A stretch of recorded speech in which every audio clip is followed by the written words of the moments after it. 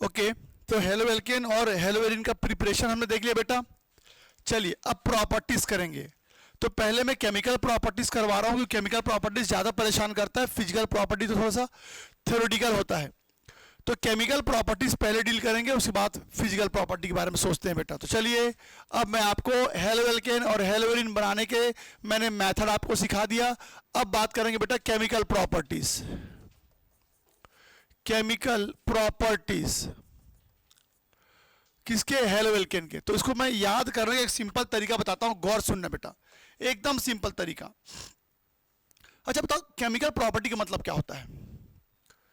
Chemical property का मतलब होता है कि आपके पास एक कंपाउंड बन के तैयार हो चुका है, कंपाउंड बन के तैयार हो चुका है और अब आप उसको किसी के साथ रिएक्शन करवाओगे, उसको आप किसी के साथ रिएक्शन करवाओगे। तो केमिकल प्रॉपर्टी के नाम में सबसे छोटा चैप्टर है ये। एल्डिहाइड कीटोन कार्बोक्सिलिक एसिड में तो मतलब इतने सारे केमिकल प्रॉपर्टी कि 6 दिन में खत्म नहीं होता, इसमें ज़्यादा नहीं है।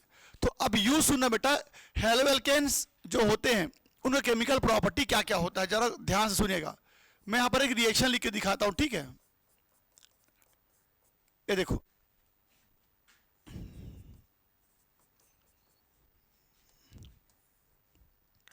यहाँ देखना, एकदम ध्यान से देखना, ये हेलो एल्केन है। ये कहाँ से आया? ये कहाँ से आया? इसी को तो मैंने अभी भी बनाया है, अभी अभी मैंने हेलो एल्केन बना के तैयार कर लिया। अब इसके साथ मैं क्या कर सकता हूं? देखो बेटा, इसके साथ ना मैं एक्वस KOH का रिएक्शन करवाऊंगा, KOH का। थोड़ा अच्छे से लिख देते हैं इसको।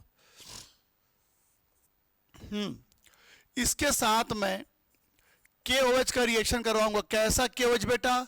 एक्वस। बहुत सिंपल सा रिएक्शन है, Cl निकल जाएगा K के साथ और कौन आ जाएगा? OH। क्या गया? OH। क्या बाहर निकल गया? KCl। लेकिन यहीं पर अगर तुम फिर KOH ले लो, पर इस बार KOH को एक्वस ना लेके एल्कोहलिक फॉर्म में लूंगा, एल्कोहलिक KOH लूंगा। तो जब एल्कोहलिक KOH लिखा रहता है तो पता क्या करते हैं? Cl तो निकलेगा। अच्छा एक और रूल बताऊं, एक और आपको रूल बताता हूं। Cl, जब भी किसी कंपाउंड में Cl पहले से हो, अभी तक तो हम लोग Cl ला रहे थे ना, Cl ला रहे थे मतलब प्रिपरेशन कर रहे थे, हो गया प्रिपरेशन। अब एक रूल सुनो, जब भी किसी कंपाउंड में आपको पहले से Cl दिख जाए या Br दिख जाए, मतलब क्लोरीन ब्रोमीन दिख जाए, तो एक ही रूल काम करेगा, उसको निकालो, बाहर निकालो। हेलोजन जो होता है ना, हेलोजन वो निकल जाने के लिए ही पैदा हुआ है। जहां आपको दिख गया हेलोजन मतलब उसको निकालना ही है, जहां आपको हेलोजन दिखा मतलब उसको निकालना ही है। तो बेटा यहां पर Cl निकल गया, किसके साथ? K के साथ, और कौन आ गया उसके प्लेस पे? OH। पर जब एल्कोहलिक KOH लेते हैं ना, तो जानते हो क्या होता है? Cl तो निकलेगा क्योंकि Cl निकलता ही है। बस करना क्या है सुनो, जिस कार्बन पर Cl है उसको अल्फा कार्बन बोलते हैं बेटा, और अल्फा कार्बन के बगल वाले कार्बन को क्या बोलते हैं? बीटा। तो बस करना यह है आपको कि अल्फा कार्बन से Cl को निकाल देंगे और पीछे पीछे बीटा कार्बन से एक H निकालना है। तो बोलो जल्दी, यहां से क्या निकल गया? Cl। तो क्या बचा वहां पर? CH2। और यहां से क्या निकालना है? H निकालना है। तो क्या बचा वहां भी? CH2। और फिर अल्फा और बीटा के बीच में डबल बॉन्ड बना देना। लो, हो गया रिएक्शन। अरे कुछ देर पहले इसी को उल्टा किए थे, याद करो। इसमें जब HCl जोड़ोगे, उल्टा करो, चलो इस कंपाउंड में HCl जोड़ो, क्या करते हैं? डबल बॉन्ड तोड़ते थे, एक तरफ H एक तरफ, तो ये बन जाता था। अब फिर निकाल दिया उसको वापस मैंने, है? पर वापस निकालने के लिए किसका हेल्प लेते हैं? एल्कोहलिक। तो एकदम कंफ्यूज नहीं होने का, वहां एक्वस KOH है, यहां पर एल्कोहलिक। एक्वस KOH में क्या होता है? Cl निकलता है, क्या जुड़ेगा? और यहां पर Cl निकल, क्या जुड़ेगा? Cl निकलेगा और पीछे पीछे क्या निकलेगा? H। अब सुनना ध्यान से, एक और एग्जांपल लेते हैं, चलो सेम एग्जांपल करेंगे, ठीक है। इसमें सेम प्रोसेस करना जो मैंने किया है, और इसमें सेम प्रोसेस करना। चलो बेटा कॉपी करो, ये प्रोसेस यहां करो, कंपाउंड अलग अलग लेके मैं करके दिखा रहा हूं आपको।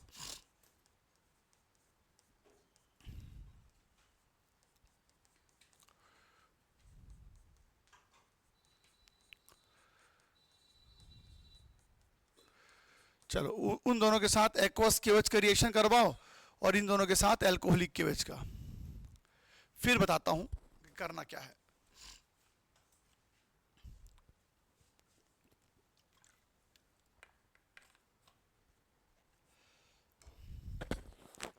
अब ये सब होने के बाद ना, स्कूल में जो भी क्वेश्चन आंसर करवाए होंगे, अब देखना, अब आपको समझ में आने लगेगा।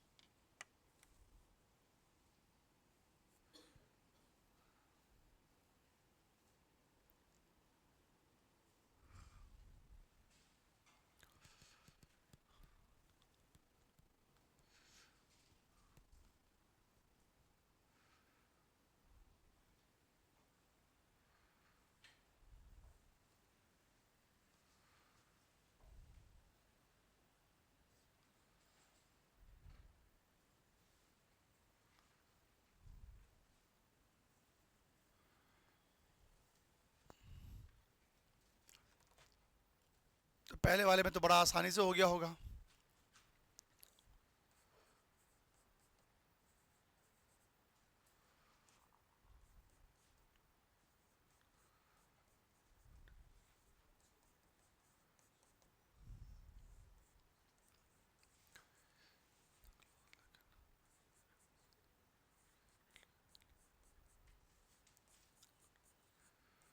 सब ने किया बेटा, ठीक है।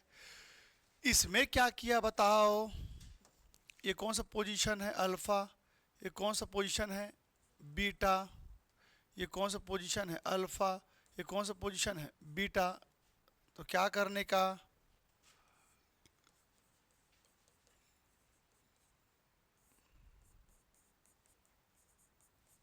क्या किए, यहां से क्या निकाले?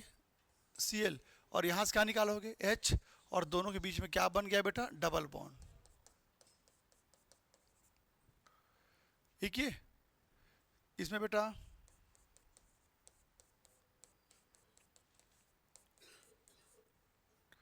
देख लो,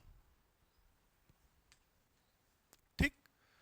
अब इसमें क्या क्या क्या क्या क्या क्या क्वेश्चन आ सकता है बताता हूं आपको मैं। लिख लिया सबने? यही होगा ना। अल्कोहलिक की वजह में क्या करेंगे? अल्फा से Cl निकाल रहे हैं और बीटा से क्या निकाल रहे हैं? H। अब इसमें क्वेश्चन क्या क्या आ सकता है उसको देखते हैं बेटा, सुना ध्यान से। तो इसमें क्या तुमने ये नोटिस किया कि ये है बेटा प्राइमरी हेलोवेल्केन, ये क्या है बेटा? सेकेंडरी, और ये क्या है? टर्शरी। करेक्ट। ये वाला क्या है बेटा? प्राइमरी, और ये वाला सेकेंडरी, और ये वाला टर्शरी। अब ध्यान देना, ये जो Cl निकाल रहे हो, Cl निकाल रहे हो और OH को ला रहे हो, तो इसको बोलते हैं बेटा सब्स्टिट्यूशन। Cl निकला, OH आया, Cl निकला, OH आया, सब्स्टिट्यूशन हो रहा है ना। और इसमें क्या हो रहा पता है? Cl निकल रहा है और पीछे पीछे H भी निकल रहा है, इसको बोलते हैं बेटा एलिमिनेशन। तो अगर कोई तुमसे पूछेगा बताओ हेलोवेल्केन क्या क्या कर सकता है, तो बोलना दो काम कर सकता है, या तो सब्स्टिट्यूशन या तो एलिमिनेशन, बस। तो हेलोवेल्केन के दो काम है, या तो सब्स्टिट्यूशन करना या तो एलिमिनेशन करना। और एक ध्यान देने वाली बात, क्वेश्चन है कि ठीक है मैं समझ गया सब्स्टिट्यूशन होगा, पर सब्स्टिट्यूशन किस में जल्दी होगा अब ये देखते हैं। किस में जल्दी होगा? तो पता है बेटा, टर्शरी में जल्दी होता है। इससे पहले भी कुछ बता रहा था, उसमें भी टर्शरी पहले था ना, तो हमेशा टर्शरी आगे रहता है। तो टर्शरी वाले में सब्स्टिट्यूशन जल्दी होगा, सेकेंडरी वाले में देर में होगा और प्राइमरी वाले में कम। तो सब्स्टिट्यूशन का ये ऑर्डर है बेटा। अच्छा, एलिमिनेशन भी सेम लॉजिक है, टर्शरी वाले में जल्दी होता है, सेकेंडरी वाले में कम और प्राइमरी वाले में कम। ठीक, लिखो इसको।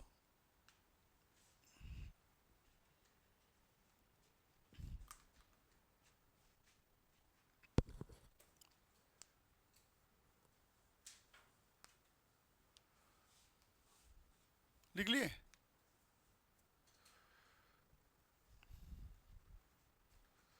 बोलो।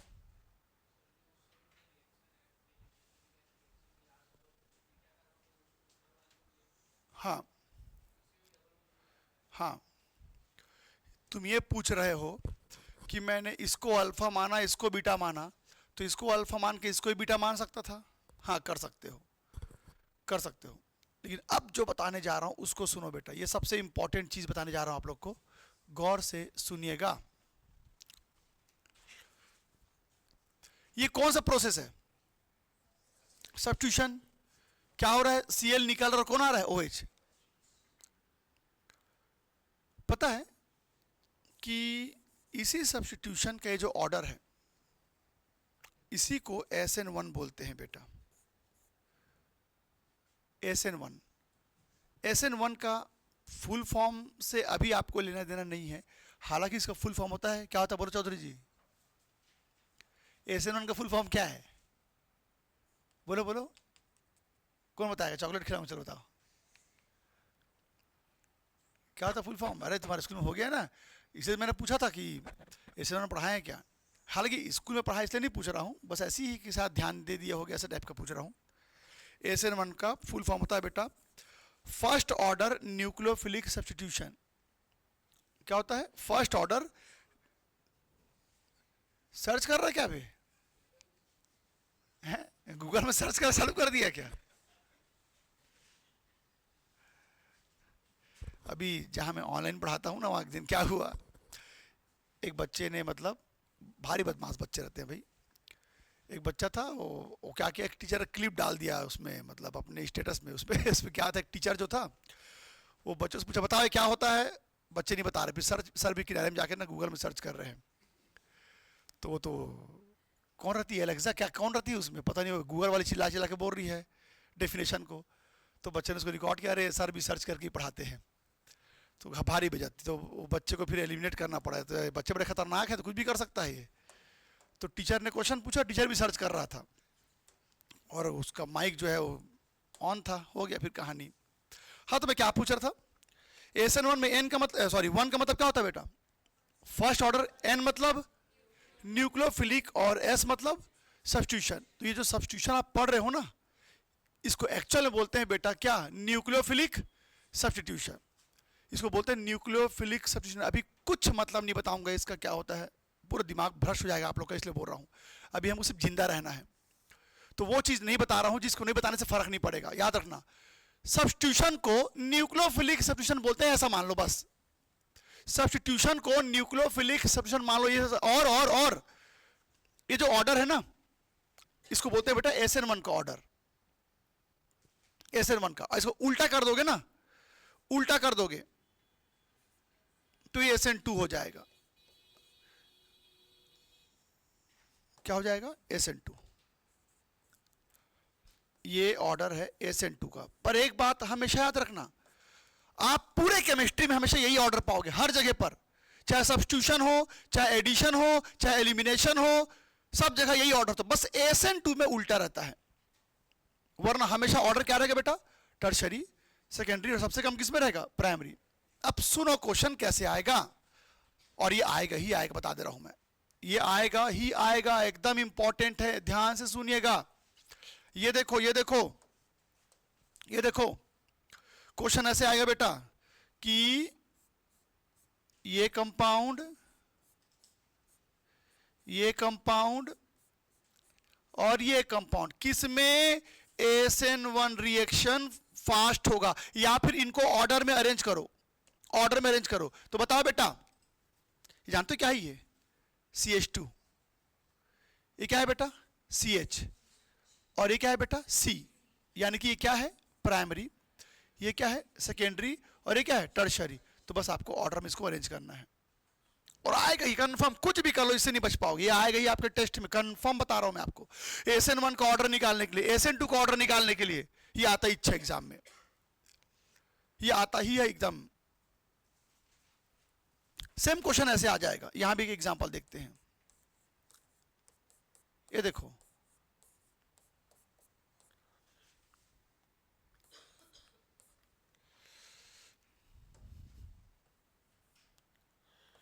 ये देखो,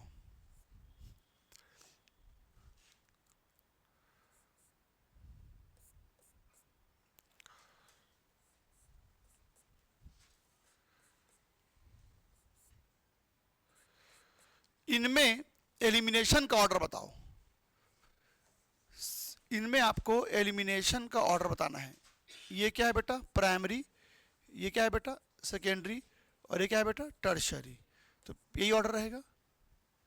तो आपको ना ऑर्डर निकालने को आएगा, कोई भी 4-5 मॉलिक्यूल दे देगा, बोलेगा इसमें ऑर्डर बताओ SN1 का, SN1 का। और सुनो, और सुनो, मैंने जैसे बताया कि सब्स्टिट्यूशन में क्या बोलते हैं, न्यूक्लियोफिलिक। सिर्फ सब्स्टिट्यूशन नहीं बोलेंगे, क्या बोलेंगे, न्यूक्लियोफिलिक सब्स्टिट्यूशन। वैसी एलिमिनेशन को बोलते हैं बेटा डिहाइड्रोहेलोजिनेशन।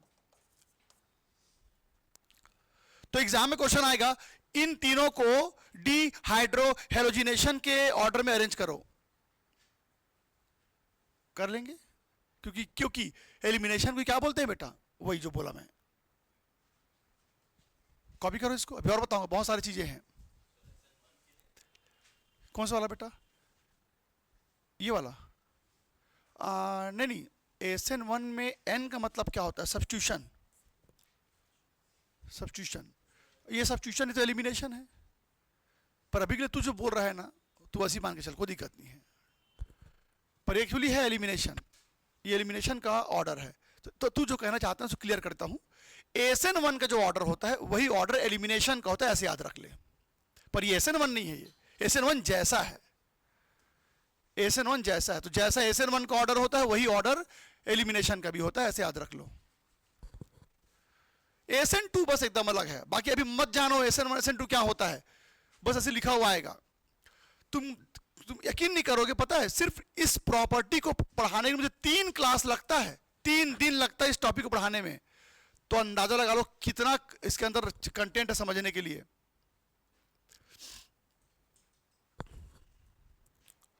कॉपी करो, कॉपी करो,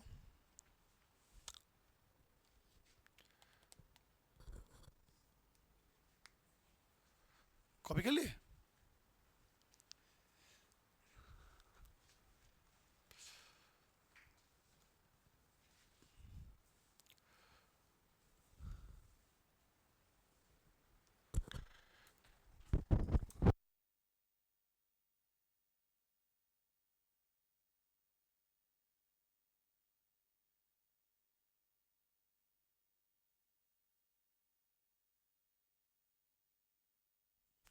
कॉपी कर लिया गया है।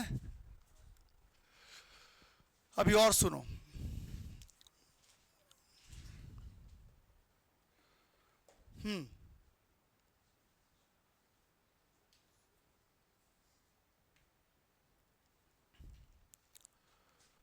ऑर्डर क्लियर है आप लोग को?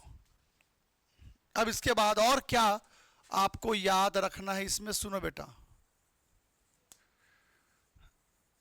अब इसमें और क्या याद रखना है वो सुनो।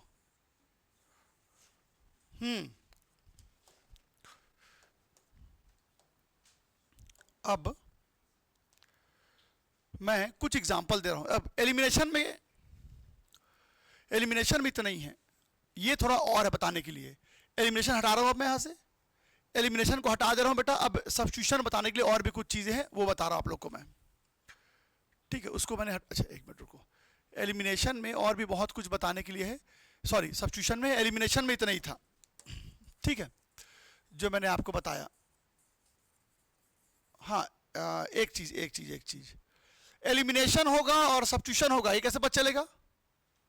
कब होगा एलिमिनेशन, कब होगा सब्स्टिट्यूशन? एक्वस केवच है तो, और एल्कोहलिक KOH तो हाँ, अब इसमें बस एक चीज और एक्स्ट्रा लिख लो बेटा कि अल्कोहलिक KOH के प्लेस पे कभी कभी इथेनॉल प्लस KOH भी आ जाता है, तो उसमें भी सेम काम करना है, एलिमिनेशन। एल्कोहलिक KOH के प्लेस पे इथेनॉल प्लस KOH भी आ जाता है।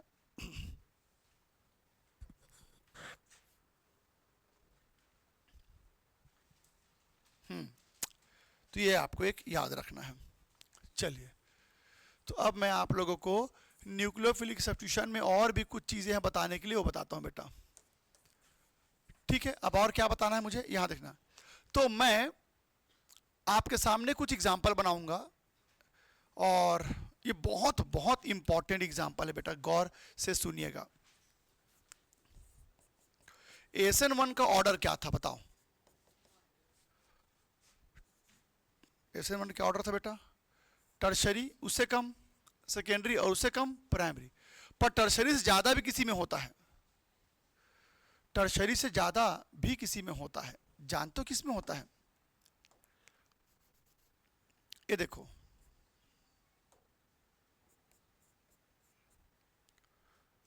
ओह सॉरी,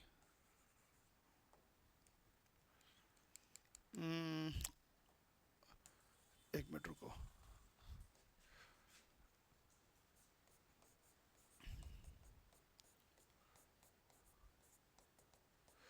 इस ऑर्डर को ध्यान से बनाना, इससे बाहर एग्जाम्पल नहीं आएगा, सारे एग्जाम्पल मैं यहां बता दे रहा हूं।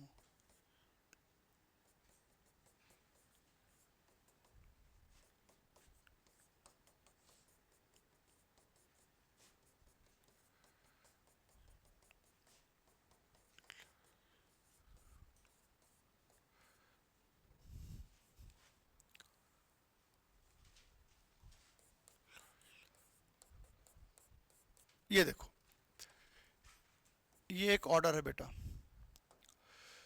आज तक SN1 रिएक्शन सबसे फास्ट इस कंपाउंड में पाया गया है, फिर इसमें स्लो, इसमें और स्लो, और ऐसे होते होते होते होते होते ये सबसे स्लो रिएक्शन करता है। ये ऑर्डर आप याद नहीं कर पाए तो फंस जाओगे, बता रहा हूं मैं। अभी तक मैंने बस इतना ही बताया था, ये इतना, टर्शरी, सेकेंडरी, प्राइमरी, और मैंने ऐड कर दिया। तो अब आप इसको कैसे याद रखोगे? ये नहीं, ये इसको बोलते हैं बेटा एलाइल क्लोराइड, नाम याद कर लेना। इसको बोलते हैं बेटा बेंजाइल क्लोराइड, बेंजाइल क्लोराइड। इन दोनों का नाम बता रहा हूं, पर उसको लिखना नहीं, क्योंकि इसका नाम कभी यूज नहीं होता। इसको बोलते हैं बेटा diphenyl methyl chloride, triphenyl methyl chloride, पर नाम मत लिखो, इसका नाम कभी नहीं आता।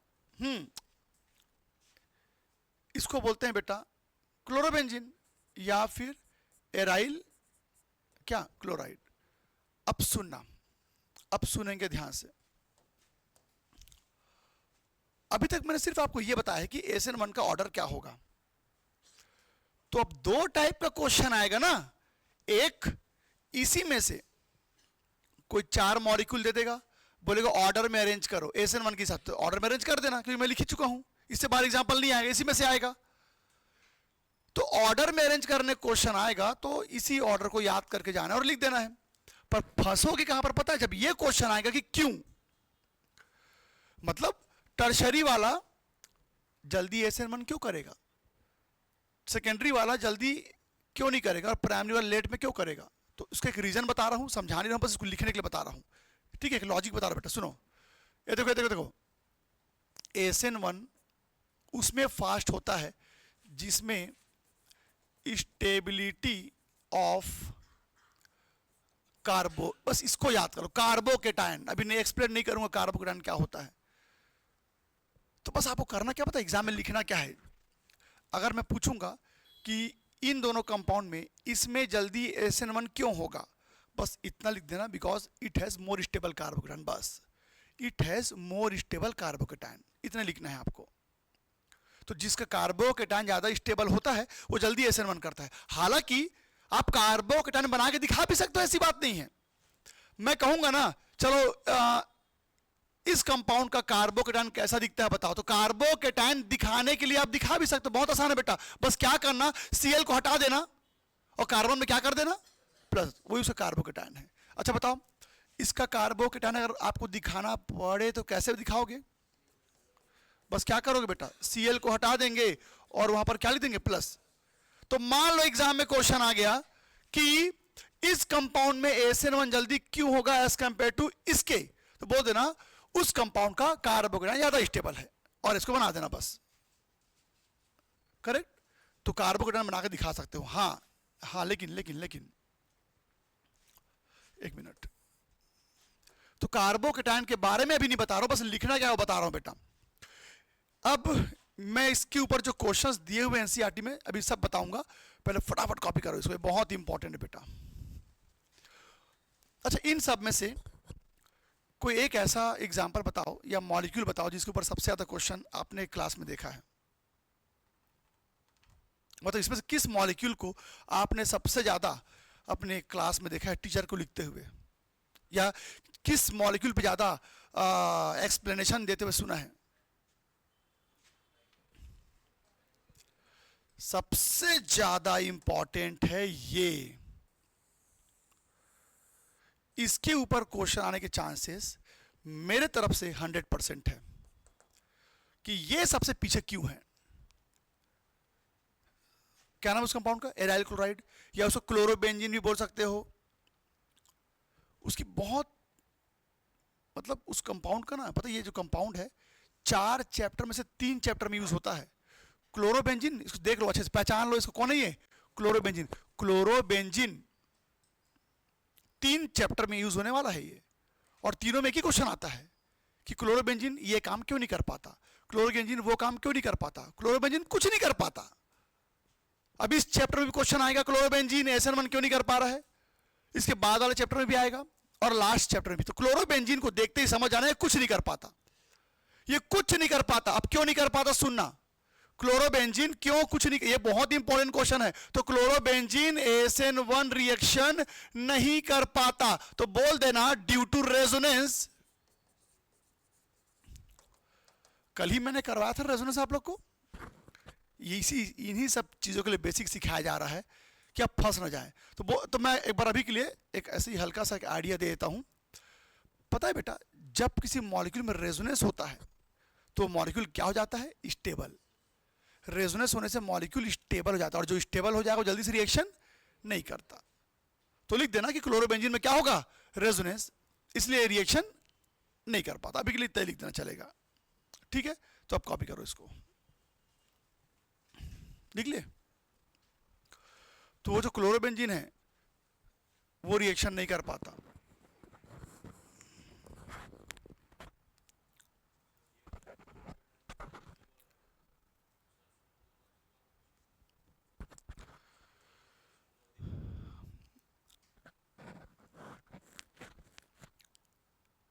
एक्चुअली तू जो क्वेश्चन पूछ रहा है ना, 80% बच्चे वही क्वेश्चन पूछते हैं। अभी क्या है, पूरा पढ़े नहीं इसलिए बाकी दिमाग में क्वेश्चन नहीं आया। स्टेबिलिटी का मतलब होता है कि 2 तरह का स्टेबिलिटी होता है। पहला, रिएक्शन चालू होने से पहले स्टेबल है कि बाद में स्टेबल है। अगर कोई रिएक्शन चालू होने के पहले ही स्टेबल है तो रिएक्शन नहीं करेगा, और कोई रिएक्शन होने के बाद स्टेबल हो रहा तो फिर जल्दी रिएक्शन करेगा क्योंकि उसे पता है बाद में स्टेबल हो जाऊंगा। तो क्लोरोबेंजीन पहले से स्टेबल बैठा है इसलिए नहीं करता, वो Cl निकालेगा ही नहीं। और ये लोग Cl निकाल के स्टेबल कार्बोकेटायन बनाते हैं, तो निकालते हैं तो रिएक्शन होता है।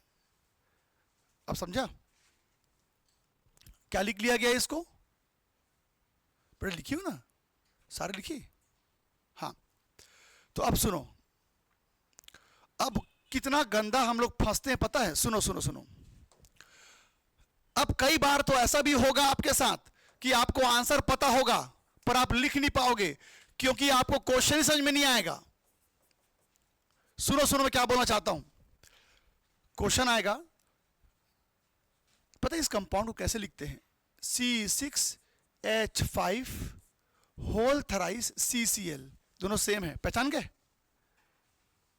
अरे मैंने कंप्रेस कर दिया, इसे कंप्रेस करो, C6H5 होल ट्वाइस CHCl, और इसको बेटा C6H5CH2। तो हो सकता है एग्जाम में ऐसा बना हुआ ना है, ऐसा बना हुआ है, करेक्ट।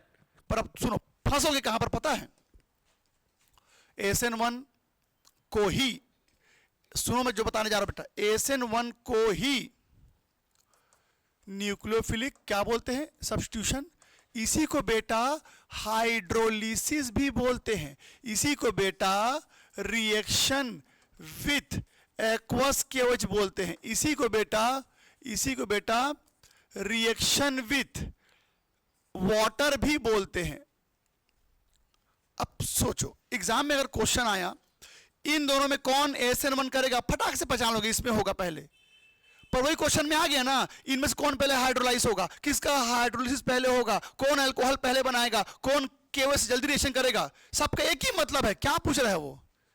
तो SN1 को ही कई नामों से बुलाया जाता है और इसमें से कुछ भी लिखा हुआ आ सकता है एग्जाम में। सबका मतलब क्या है बेटा? SN1। तो याद रखना SN1 को कई नामों से बुलाते हैं, पहला पॉइंट। और दूसरा पॉइंट, क्वेश्चन आएगा तो यहां से यहां तक ही आएगा, इससे बाहर कोई एग्जाम्पल ही नहीं है आपके पास। इसी में से आएगा, इसी में से आएगा। बोल देगा बताओ इन दोनों में से कौन पहले हाइड्रोलाइज होगा, इन दोनों में से कौन पहले अल्कोहल बनाएगा, इन दोनों में से कौन पहले न्यूक्लियोफिलिक सब्स्टिट्यूशन करेगा, कौन पहले SN1 करेगा। सबका एक ही मतलब है और ये कुछ नहीं करेगा ड्यू टू क्या? रेजोनेंस। कॉपी करिए इसको।